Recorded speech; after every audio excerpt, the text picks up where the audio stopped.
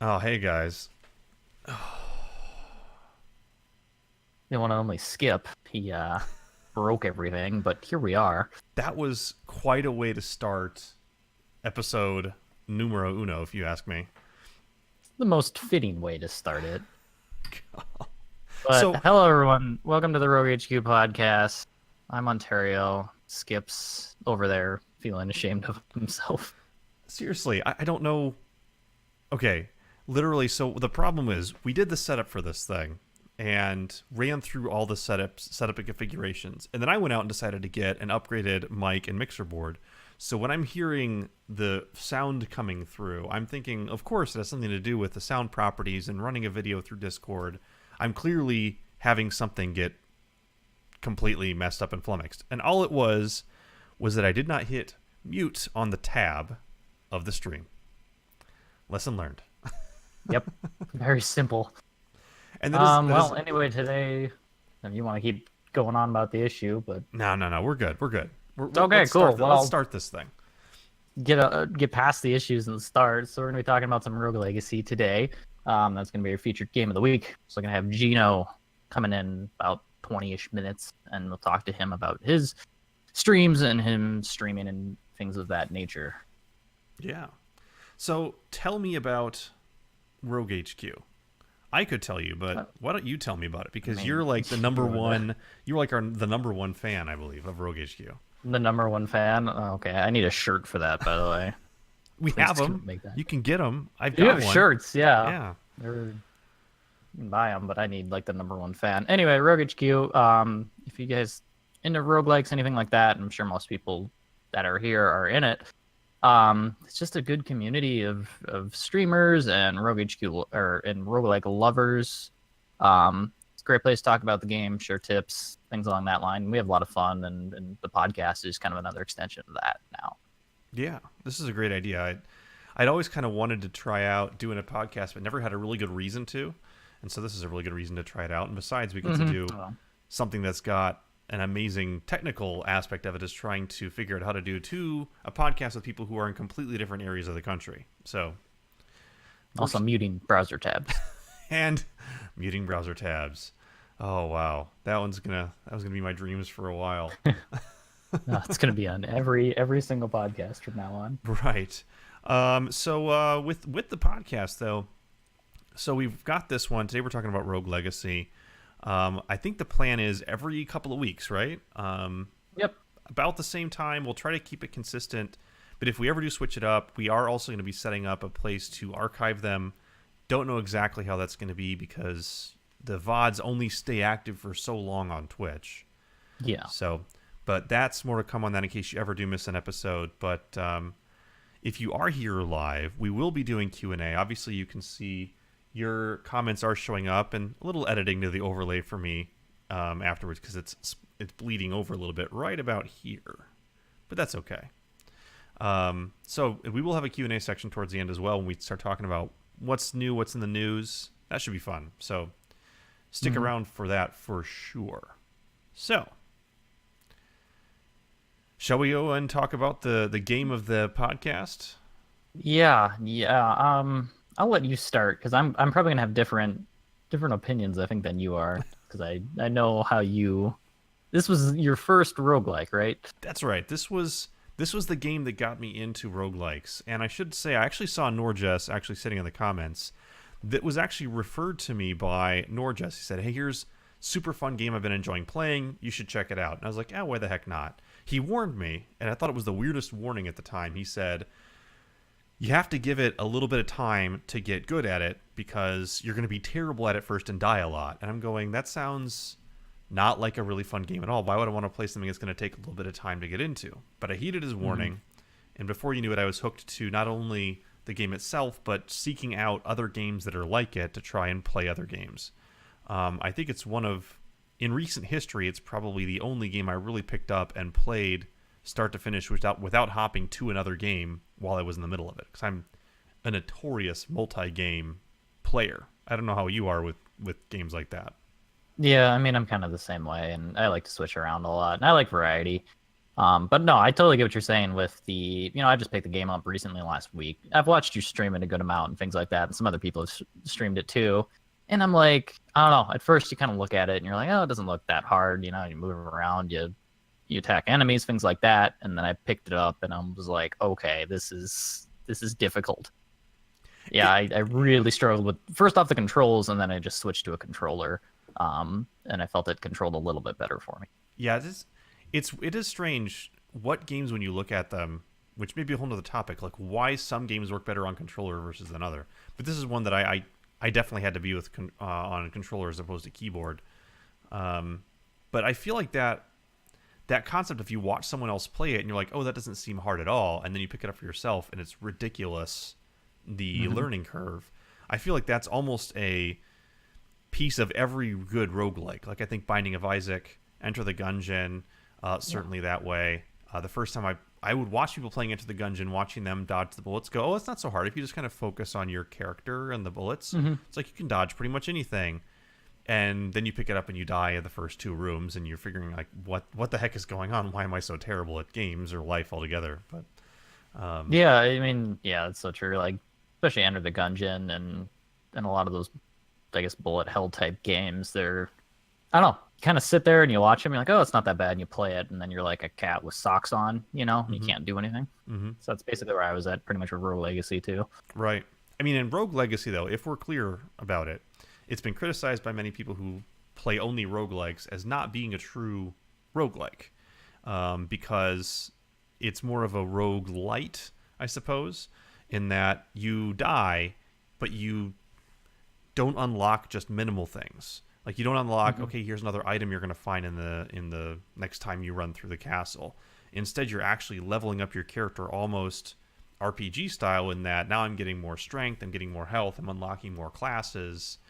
But to me, that's actually what got me into it. Because the next game that I played right after playing Rogue Legacy was like Talomare. I don't know if you've ever played Talomare. No. It's very similar side-scrolling dungeon-y, but it's like the only object of that game, which we could cover it at some other point, is to see how many floors or levels or rooms you can get through. And that's it. There is no end game. It's just, I was able to make a run through floor 50. Wow, that's amazing. And so you retain absolutely nothing. Like I went from Rogue Lite to the most rogue game since Rogue. There was no leveling up whatsoever. And so I'm happy that this was one. This is why I feel like this is a good starter roguelike, because it really kind of gets you into it, so to speak. Yeah, I feel like you just kind of have to get over the difficulty spike at the beginning, kind of get used to the game a little bit first. For sure. That's kind of what threw me for a loop at first, just picking up the game, and I need to put more time into it too. But I definitely wanted to put some hours into it before, obviously, we did the podcast and talked about it. Right, fair enough. Yeah, but I don't know. I really liked the whole, the heritage thing, and from character to character, you have kind of different buffs and debuffs, if you will, kind of like Darkest Dungeon, where you get negative status effects or positive status effects on a character. I thought that was funny, and took me a while to figure out why my character was so blurry, and then realized it was like Farsighted or whatever. Yeah, you picked up Farsighted without knowing anything about it. Exactly. So what we're talking about, though, I'll just bring up the game here. So this was actually video of my most recent speedrun accomplishment going through the game. That's actually something that we're doing right now on RogueHQ, is a Rogue Legacy this month speedrun competition.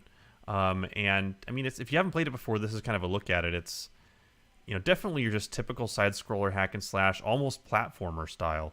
But when you die, that generational thing is really the difference, and you get to pick between 3 different children that this person has when he dies.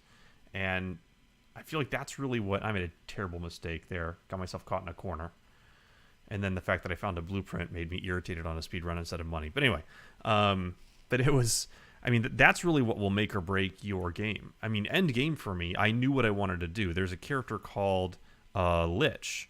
And it's not a villain like in Gungeon. It's a character you can actually play.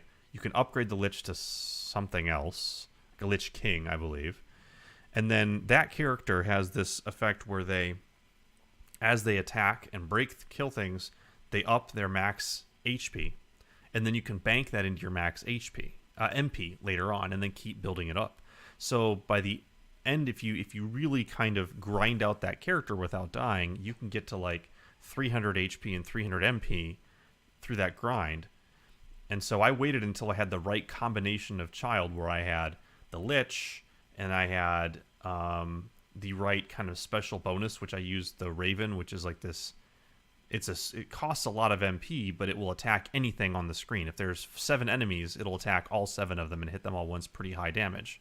So it's a great boss killer if you have enough MP to do it. So that was, how I went through the first time I played, and actually all of my boss levels and stuff were based upon that.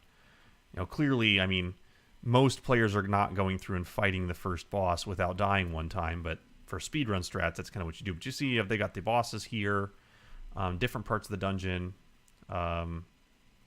It's also, what I liked about it was I guess you could call it the, I wouldn't say Zelda-esque. I'm trying to think of the right analogy of the kind of, every time you go in, it's got a completely different way of going through. There's no way of knowing the exact path. It's like a randomly generated dungeon, Yeah.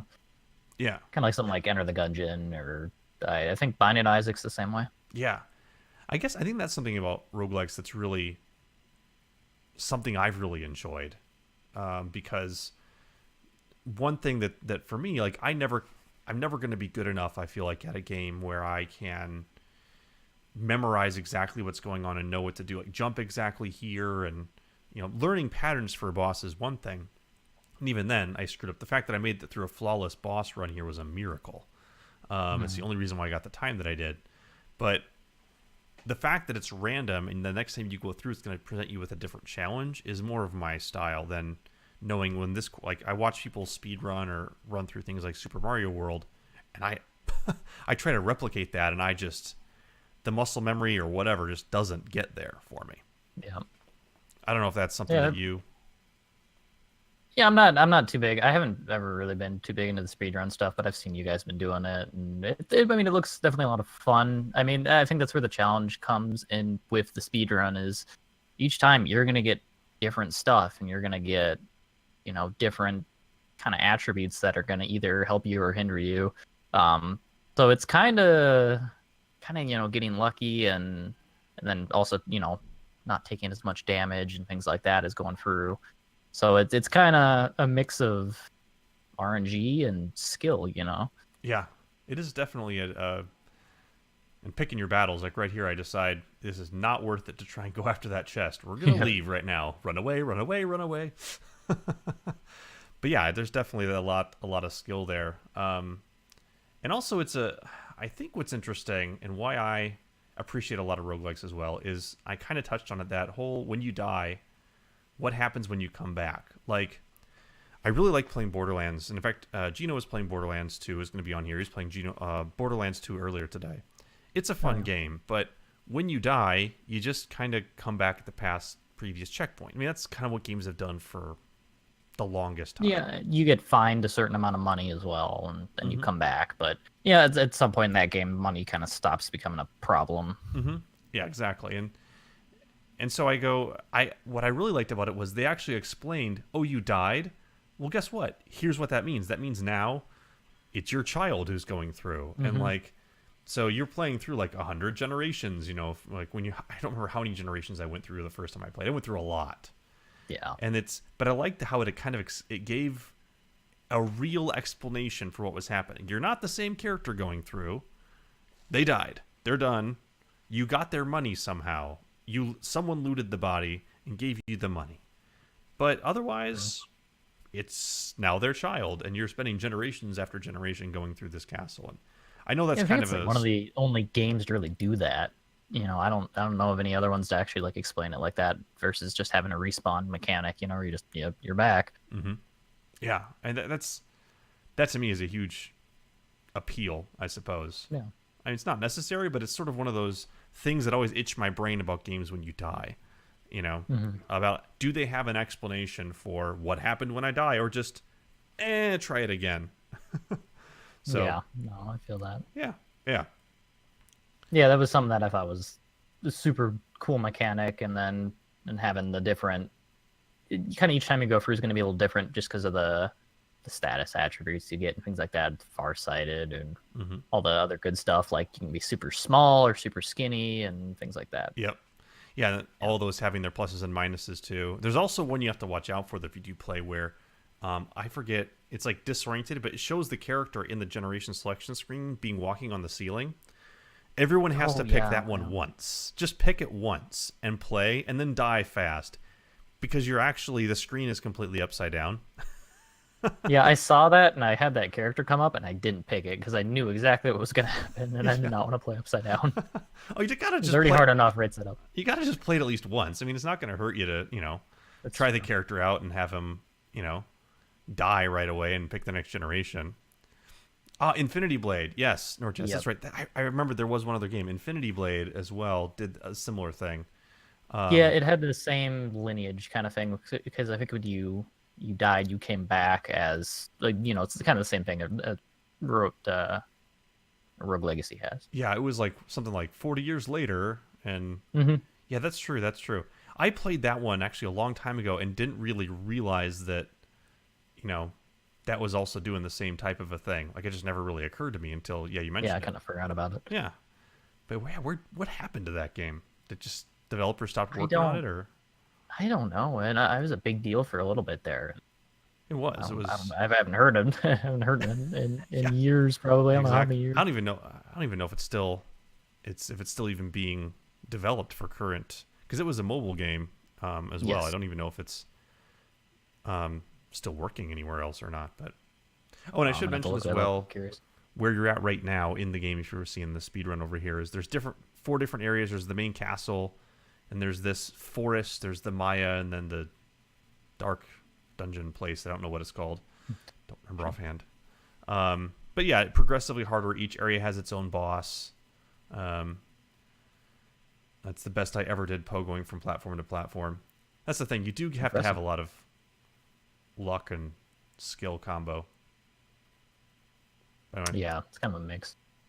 I figured out the secret number 2. If you're wanting to do this any up to 20 level, you need about 4,100 gold, and then you can get 20. So I figured that out after I died, right after getting it, and I ended up getting a level 20. Went perfect.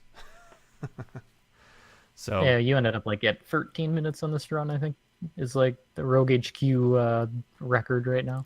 Well, it was Norjess had it at 13 minutes. I've got it at 9:52 because there's the upside down guy, just there. But I'm actually able to unlock all 20 in one run here and end it. So, but this was late last night. Yeah. Things to do when you can't sleep. It's just speedrun. Yeah, exactly. So should we hop over and talk to Geno? What do you think? Yeah, let's get Geno in here. Let's get him in here for a second. All right, let me real quick. I'm gonna go back to our starting screen. I need a changing the video screen, which I don't have. So let me see if I can add him into our call real quick. Actually, Geno, let's see here. Geno, hop on in. He should be able to rejoin our call. Yeah. Ring, ring. Ring, ring. Gotta wait till a wild Geno appears. Exactly. Hey, there's Geno. Hey, what's up, guys? How you doing? Hey, how's it? Oh, this isn't working right yet. Oh. Did I break it? Oh, no. Believe it or not, I broke it. difficulties. I broke it. Yeah, technical difficulties. Check the browser. Could be a browser-related issue. Oh, gosh. So everyone who doesn't know, and I think everyone... Actually, Jess, I don't know if you know Geno, so say hi to the podcasting world, though. After RogueHQ becomes the sensation that it is, everyone will look back to episode 1 and be like, who's that Geno guy? He's pretty cool. Ah, he's pretty cool, man. Where'd he come from? Where'd he go? What's he doing with his life? He's so big now. That's what they're going to say, right? Yeah. Something like that. So Doubtful. So, Ontario, do you want to... I think you had the list of questions. You want to fire away? Yeah, I can kick it off. I mean, we were just kind of wondering what got you into streaming in the first place. What were your influences, or did you watch Twitch a lot before you started streaming? And Yeah, good question. So for anyone who does not know me by any chance, that's around, I'm Geno, and so I've been streaming for like 4 to 5 years ish. I mean, very ish. It's been off and on for a while. Hey, chat, how's it going, guys? But really off and on. The thing that really got me into streaming, the reason I initially started doing it, was because as I was getting older, I realized one, I had less time for video gaming in general, and two, I'm a very social gamer. I've actually folks that are frequent, that frequent my stream have probably heard this story before, but I'm a social gamer. So when I'm gaming, with the little time that I have to game, I want to play like League of Legends. I want to play Overwatch. I want to play, I mean, Fortnite, even though it's impossible for me to ever win it. Something social, right? And so I was always going to these games. I was missing out on all these amazing single-player stories and experiences that I wanted to try. But I was using my time socially in multiplayer games. That's kind of what started me streaming, because I can enjoy these single-player stories and experiences that I otherwise would love to play, but probably just put aside, because I would do the multiplayer thing.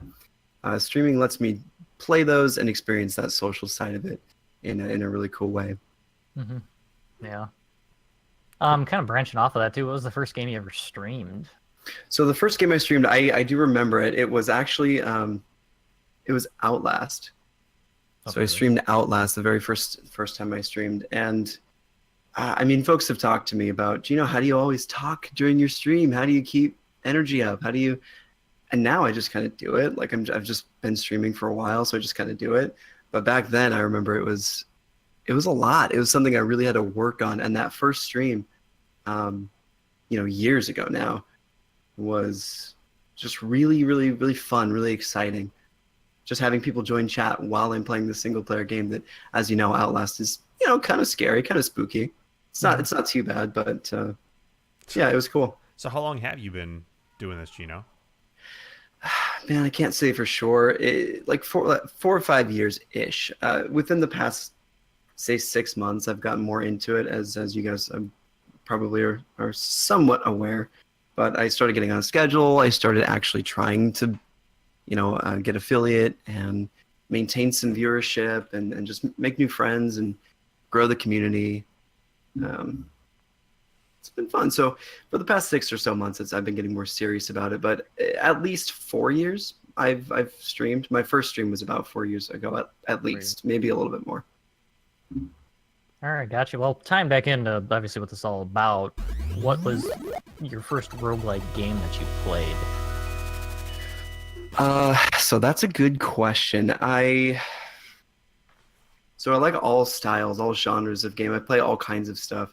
And sometimes when I'm playing, I'm not like, this is a roguelike. I just am playing a game, right? So as someone who enjoys all styles, I've probably played a lot more roguelike games than I realize. I honestly couldn't say what my very first one was. I know you guys talked a little bit about like hardcore and permadeath and stuff like that. I know it's not quite the same, but as a kid, I played Diablo 2. Of course, very popular games, right? But they had hardcore mode, so one life to live, and then if you beat the game, you do. If you don't, better luck next time. I mean, to me, I think that kind of counts. I mean, it's still the same concept that it's a game you should be able to play all the way through without dying, which is what they're saying. And if you die, try again. So, I mean, it's the same concept. Yeah, exactly. And see, that's kind of my thought, is that it's got that permadeath aspect. So you are punished for just the slightest mistake, which I love. I've always loved that. It adds something for anyone who's never played a permadeath roguelike or just any single life run of a game. Highly recommend it, because it really adds something to it. It adds a sense of urgency. It adds a sense of importance to your decision making. I like softcore, I like hardcore. They're both different. But if you've never tried it and it sounds appealing, it's awesome. I would recommend it for sure. Nice. And I should also say, and then welcome, Puppy Lover. Thank you so much for the follow. Thank you for the follow. Otherwise, what are you kind of playing currently for roguelikes? Good question. So currently I'm kind of playing. I've got a few games on rotation. I'm kind of mostly focusing on PS2 games at the moment. But for roguelikes, I've got Slay the Spire that I picked up recently, courtesy of Astral Blades TV, actually, my buddy, and love that game. Because I don't really know. I don't follow roguelikes like you guys do. I enjoy them, but I don't frequent them. I don't know if it's considered a roguelite, a roguelike. Slay the Spire is one of them I've been playing recently. Skip and I actually met through Tangle Deep. I think I found you, Skip, or you found me through Tangle Deep, but Tangle One of the Deep, two of us threw a random raid. I don't remember which one. Yeah, it was. right. Like Yeah. at this point, it's just like history. Mm-hmm. But Tangle Deep, I love that as well. And Crypt of the Necrodancer is probably one of my favorites. I've not given it probably a fair amount of time, but it's a rhythm-based. I know you guys are somewhat familiar with it, but for anyone who may not have seen it, it's a rhythm-based game that's basically like a roguelike. And again, roguelite, I'm using it interchangeably, but these guys will know exactly which I'm talking about. Yeah. So those are kind of the three I'm playing. Those are both roguelikes. I mean, the distinction, I think, and this could be a point of discussion, actually, the distinction, I think, is that a roguelite is one where your character levels up their strength in some way through anything other than items that you may pick up. So if you think how Rogue Legacy, you have the leveling up component. So the next time you do the run, you're stronger. Gotcha. Compared to think of, Binding of Isaac, Enter the Gungeon, even Slay the Spire, you're the same character, maybe with a couple new cards you've unlocked, but it's the same character with the same strength every time you begin your run. Gotcha. So Hammerwatch, for example, Heroes of Hammerwatch would be an example of a roguelite because your character maintains. Gotcha. Exactly. See? Learn things every day. Yeah. Otherwise, your favorite moments streaming, favorite moments if you have multiple, anything funny or memorable?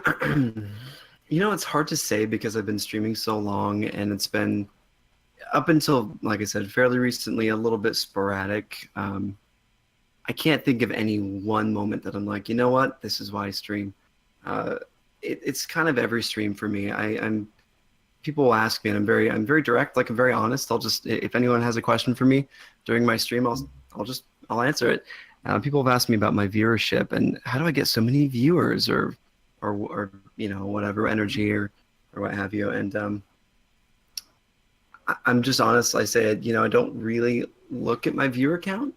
I pay attention to chat. Like I just pay attention to chat, and every single time that I stream and I have someone there in chat hanging out with me while I'm doing a single player experience, I mean, that's why I stream. That's what I do it for. It's so that I can have that social interaction with people while I'm enjoying a game that I want to get through, that I wouldn't otherwise. So it's kind of a bad answer. I can't think of it. Was that your family? That would probably be the Golden Knights scoring a goal. Oh, okay, nice. Yeah, when we scheduled this, I didn't think about the Stanley Cup playoffs, but I'll feels catch. bad. This is more important. than This the is more Stanley important. Cup playoffs. I'll catch the end of the game. I'm hearing Feels the bad. boos and the yays from the other room, so Gotcha. yeah. But yeah, I just thought that was cute. Anyway, so I don't have a really great answer to your question because for me, streaming is just every single stream is going to be a little bit unique. It's all about the community. It's all about anytime I have a single person talking to me in chat. I don't care if I have one viewer or 1,000 viewers, right? Like I don't care. I'm here to just hang out with people and meet friends, and that's kind of why I stream. Anytime I get a raid or a host or whatever. I mean, you guys stream. You kind of probably have a little bit of an idea of what I'm talking about, but that's kind of why I stream. So every stream to me is really, really special. Cool. Yeah, kind of branching off the whole community thing. I know you're the owner of the pool party, and it's a huge, streamer and viewer kind of conglomerate Discord, which is how I originally met Geno and a lot of the other people now in chat. How did that come about, and how did you end up founding that?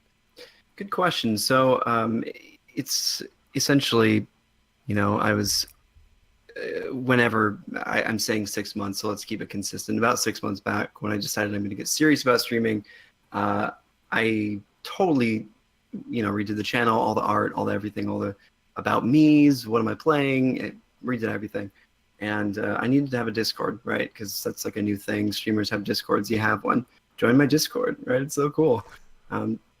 I mean, it's just a thing. It's like having a Twitter now, right? You have to have one for your Twitch channel.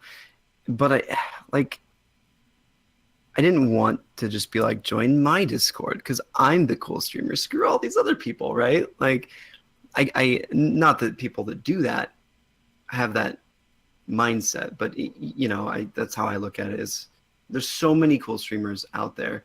It's not just like the Geno show, as much as I mean we would all I think like it to be. That's not the case, right? So I just had the idea to make it kind of a community thing where I'm not like I don't have my own role even. I'm just part of the streamers in this community, and I just talked with a few of the like mods in the channel. We call them lifeguards. Right? It's called the pool.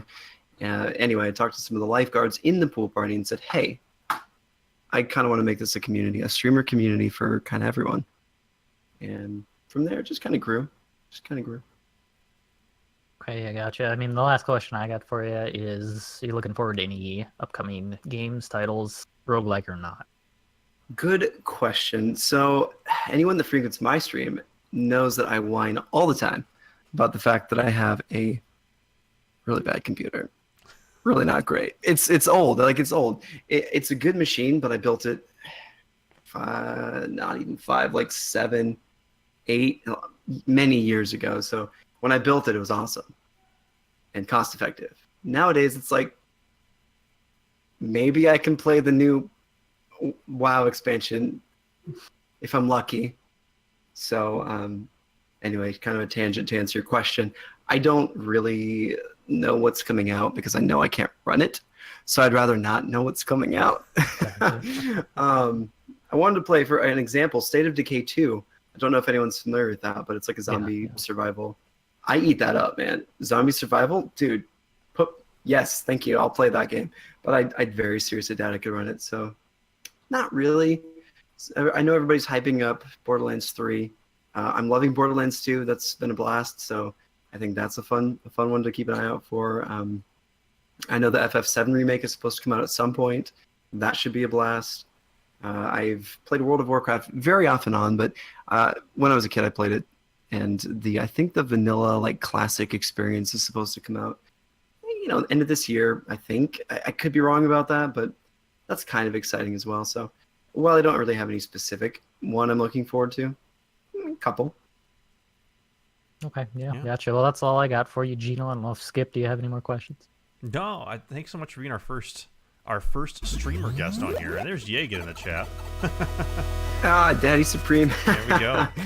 That's your new pool party name forever. That is. Now I have to remove the ability for you to change it, so it's just always that now forever. Oh wow, what they had go through change people's nicknames there. Yeah, so but yeah, thanks for being our first guest on here. I'm really happy you agreed to it. You were sort of, when we were trying to think of who do we want on here, you were top of our list. So very happy to be here, man. Very happy to be here, and hopefully we can send this podcast off in a really good direction, because for a first podcast I'm looking at on the off screen here, it's looks pretty good to me, man. I'd watch this. Who's that guy on the right? He's pretty cool. He seems cool. Go follow that guy. Yeah, he's pretty awesome. But no, I'm very happy to be here. So thanks again for asking me. Yeah, absolutely. So do you want to stick around? We're going to talk about some stuff in the news, stuff that's coming up. Do you want to stick around for that? Totally. Yeah, okay. Sure. Cool. You actually talked about new games that are coming up. Obviously, E3 is like 2 days away from now. There's not a ton of roguelike stuff other than watching what's happening with Devolver Digital. So Devolver Digital, think Enter the Gungeon. Think, that's the one that has made them most popular. What other games do they have right now? There's another one that I play that I can't even think of off the top of my head. Someone in chat will know. Astral, if you're there, you are like, you probably know the other ones. But anyway, I don't know. Geno, I don't know if you saw it. Ontario, I know we talked about it just briefly. What they did last year at E3. Did you catch that, Geno? The 2017 Devolver Digital E3 presentation? I don't think so. I think I'm a little bit bad about seeing new games right when they're announced. People are always like, "Did you see this or did you see this?" I don't think I did see it. No. Well, That's the thing. They didn't announce a game, and that's actually what the big controversy was. It was listed as like one of the most entertaining sessions during E3, but they didn't announce a game. In fact, it was like a session to mock all other sessions. Yeah. Definitely take a look. It's like 14 minutes. It's worth a watch, worth the time. Interesting, yeah. But yeah, You sent me the link today, and I had to watch that for 15 minutes. That was kind of painful. Not gonna lie. I don't know. I'm getting really tired of E3 every year, where it's just this mass explosion of everything at one time. You know, so I'm They kind of do getting kinda throw it at you. more and more sick of that. And then like watching that, it was like, okay, this is a little bit over the top, but I get what they were going for. yeah, I mean, Even though they didn't announce anything. they didn't announce anything, but it was basically like them taking everything that everyone wants about, I want everything right now. And so they're like, earliest access. As soon as a developer has a thought, it's a game that you can play. And then like ways of, what else was like taking money and making them digital. And then like, it was just over the top. So definitely it's worth sitting through the pain. It's a painful 15 minutes because Yeah. it is over the top. Like, think fake blood and gore going on too. Huh. And Interesting. people's Yeah, heads that sounds exploding. It's so the sounds great. so they've got a session coming up fairly close to the beginning. You've got before them, you've got EA kicking things off, you've got Microsoft doing their thing, Bethesda, and then Devolver Digital. So they're pretty early in the lineup on Sunday evening. Okay.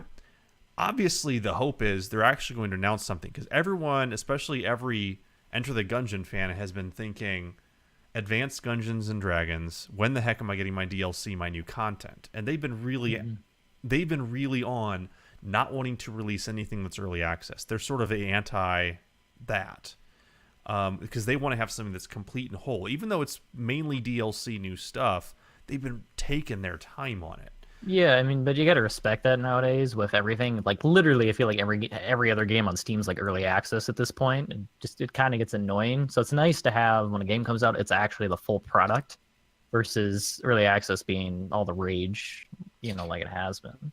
I cannot count the amount of games that I have in my library right now that are all permanent early access games now. I've had them for however long, and they're still early access. Like, what? So I completely agree with you there, Ontario. It's I think refreshing to have a dev that's like, you know what? It's when it's done, when it's ready, that's when you're gonna have it. Yeah. I mean, from a fan side, I understand it being frustrating, right? Because you want the new content, but I do appreciate that as well. Yeah, and I'm caught in the middle. I mean, some of my favorite games I like playing, like you mentioned, Slay the Spires, technically early access game. I just picked up Dead Cells, which has been out for like 13 months now, I think at this point, is still technically early access. And you talk to people who play them, and even actually playing Slay the Spire, they released a whole new character which completely changes the gameplay. And are they going to go back and then change the way people have been playing it? So while I definitely enjoy some of those games, there's a part of me that goes, oh no, is the game going to completely change when the developers kind of change their minds with the end game direction? So I get it as well, but I'm really hoping they're going to have something to come with that Enter the Gungeon, Advanced Dungeons and Dragons, as it's been tagged. I love the tag too. I'm just saying that's awesome. Mm-hmm. With AD&D, Advanced G&D, Dungeons and Dragons. Yeah. Respect, props for that. Yeah. I mean, I know for sure we're going to do an episode on Enter the Gungeon at some point, just because of how much. Yeah. Well, Yep. I love it. I know it's one of Ontario's favorites as well. I think you stream most of the streams I've seen. You've been playing just that game. Yeah, that's mostly what I tend to stream, just because I just really like the game. It's really kind of truly one of my first, I think, true roguelikes that I've really dove myself into. So yeah, definitely gonna have an episode on that, and I can talk for like 2 hours on that game. Yeah, fair enough. Nice. Yeah, Fair I'm enough. so bad at it. So bad. I want to be good, but I'm not putting in the time. I'm just like, well, I'm bad. I'm not playing that game. But there's definitely a learning curve. Yeah.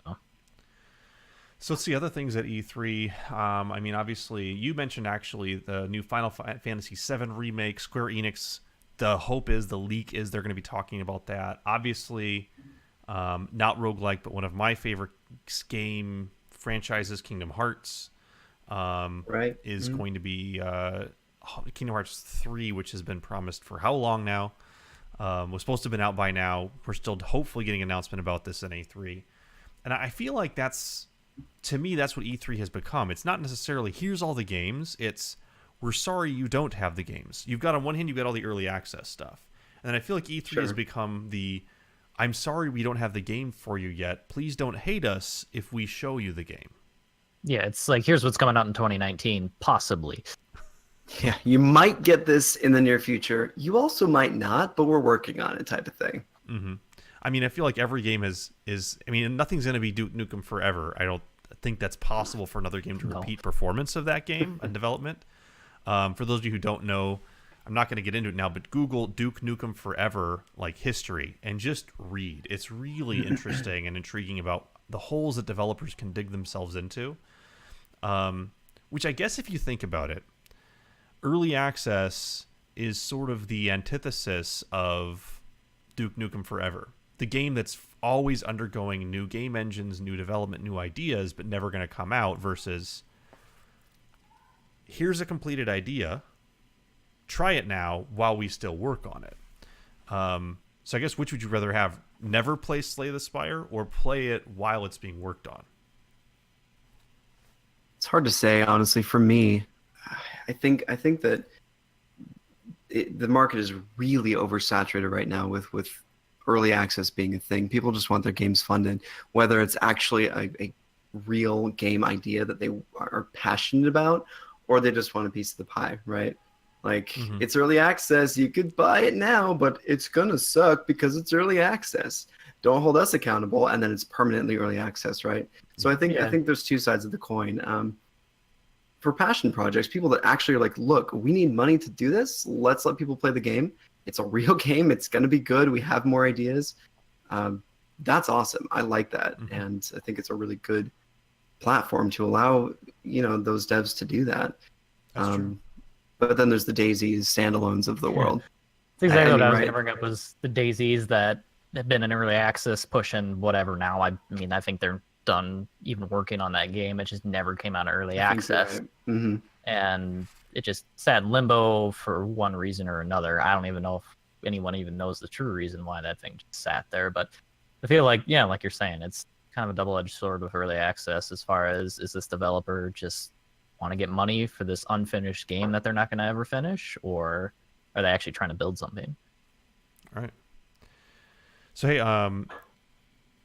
if anyone actually in chat has any questions, so 8-year development limbo, Jagged, yeah, that's definitely the Duke Nukem philosophy. But if anyone has any questions, we definitely, towards the end here, as we're just chatting about stuff, if you have any questions you want to pose, either to our streamer of the week, Gino, who has so graciously stuck around, or to Ontario or myself, or anything that you want to know about either the community or something about that we're talking about, please do chime in the chat, and we will definitely cover it. We'll probably go a little bit longer today because we had about a good 5 to 6 minutes of me figuring out why my browser tab wasn't muted. Gino to the rescue, as it always. Gino actually did fix that one. Yes, you did. Yeah. I was thinking that was the issue, but I just wasn't going to say it because I was like, he probably knows. See, that's why you need me around, is because I don't think, I just say things. I was actually trying to be a smartass, to be honest with you. And so when that was the actual issue, that's actually kind of hilarious. Well, so see, the deal was that I had it pulled up in a hidden. I forgot that when you host, that it sends you to that channel, because I had just Twitch open on Skip McLazy. I didn't have it open on RogueHQ. And I'm like, I should do a quick host before we start. And we did a systems check and everything was working fine, but now it's not. Why is anyway. Yeah, no, it's pretty fun. I mean, it's easy to do. It's not, we're just teasing you, but super easy to do. Yeah. Yep. That is a problem. Oh, here we go. From Astral. Have any of you guys ever played any mystery dungeon roguelikes, like Tornado, Chocobo, like Final Fantasy Chocobo? Siren, the Wanderer, Pokemon Mystery / Time Dungeon. I actually played, the only one out of there I played, a Pokemon Mystery Time Dungeon. I forgot I played this because this came out forever ago. And I guess it kind of was roguelike-ish, and I never even really thought about it. But as far as I know, you had a team and you had to go into certain dungeons to rescue other Pokemon. Pretty sure it was on like the original DS and maybe some other stuff. But yeah, I mean, I remember having fun with the game. It was a long, long time ago, and I hardly remember much about it, but I know I played that for sure. I can't speak to it really. I've not played any of those games. I remember as a kid. You guys remember Tips and Tricks?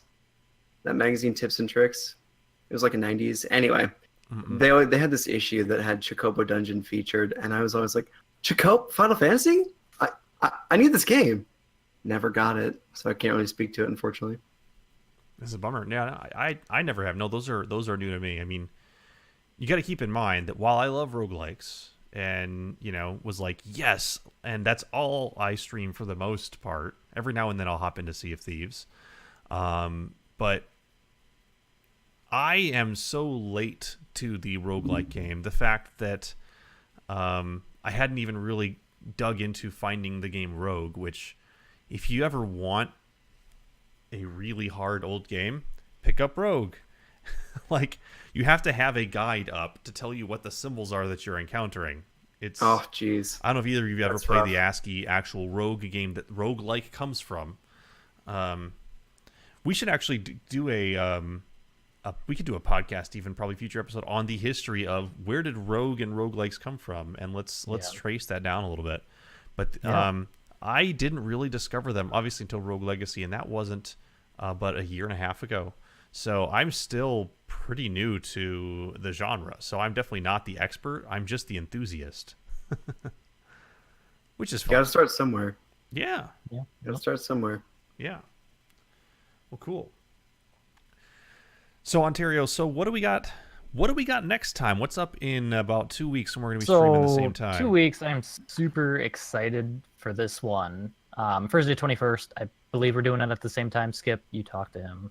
Good. Yep, So same time. 8 p.m. Central, 9 Eastern, 6 PDT, which is also, I don't know, you know your time zones better than I do. You're a mess down there. But yeah, we're going to be talking about some Darkest Dungeon and talking to the premier Darkest Dungeon streamer, Yangerangs. So I'm super excited to get him on here and kind of talk Darkest Dungeon with him, because I just recently started streaming it as well, and I've been having a ton of fun with it. That'll be super cool. That is a game that's got some good DLC content that actually is releasing on the 19th, 2 days before the podcast. So I believe Yangs is actually going to be taking off time from work to play really? the new content. So he will We've be all coming done off that. of we've never called in sick though. Never ever called in sick to play a game. Hello, Final Fantasy Tactics. But yeah, I'm super excited to talk to him about that. So yeah, that will be super fun. And then obviously we're open to suggestions. If there's any games anyone wants to see covered in the podcast, any topics you want us to talk about, shoot a line, hop into the Discord. You see the Join RogueHQ directly beneath my picture here. Going to roguehq.xyz takes you right to the Discord. Let us know what you want to talk about here. We're going to keep going through them. I don't think we're ever going to run out. That's the nice thing. No. We have a There's little bit too of a many. backlog to sort through. Yeah, I mean, maybe if we eliminate all the early access ones, we will run out. But there's certainly enough. Even Next then, week, probably Chocobo not. Dungeon. Yeah, but yeah, Darkest Dungeon next week should be really, really cool. So, Cool, man. all right. Well, thank you, Gino, Yeah. for coming. Ontario, thanks for the idea and for Yeah.